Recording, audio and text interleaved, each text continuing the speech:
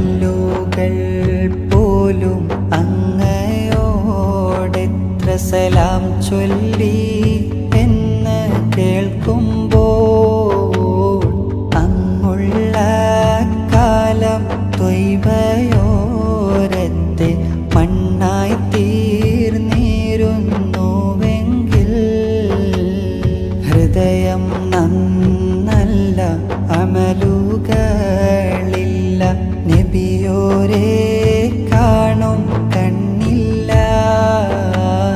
തെറ്റുകൾ കൊണ്ട് തിങ്ങി നിൽക്കുന്ന ഹൃദയത്തിൽ നൂറ് വരികിൽ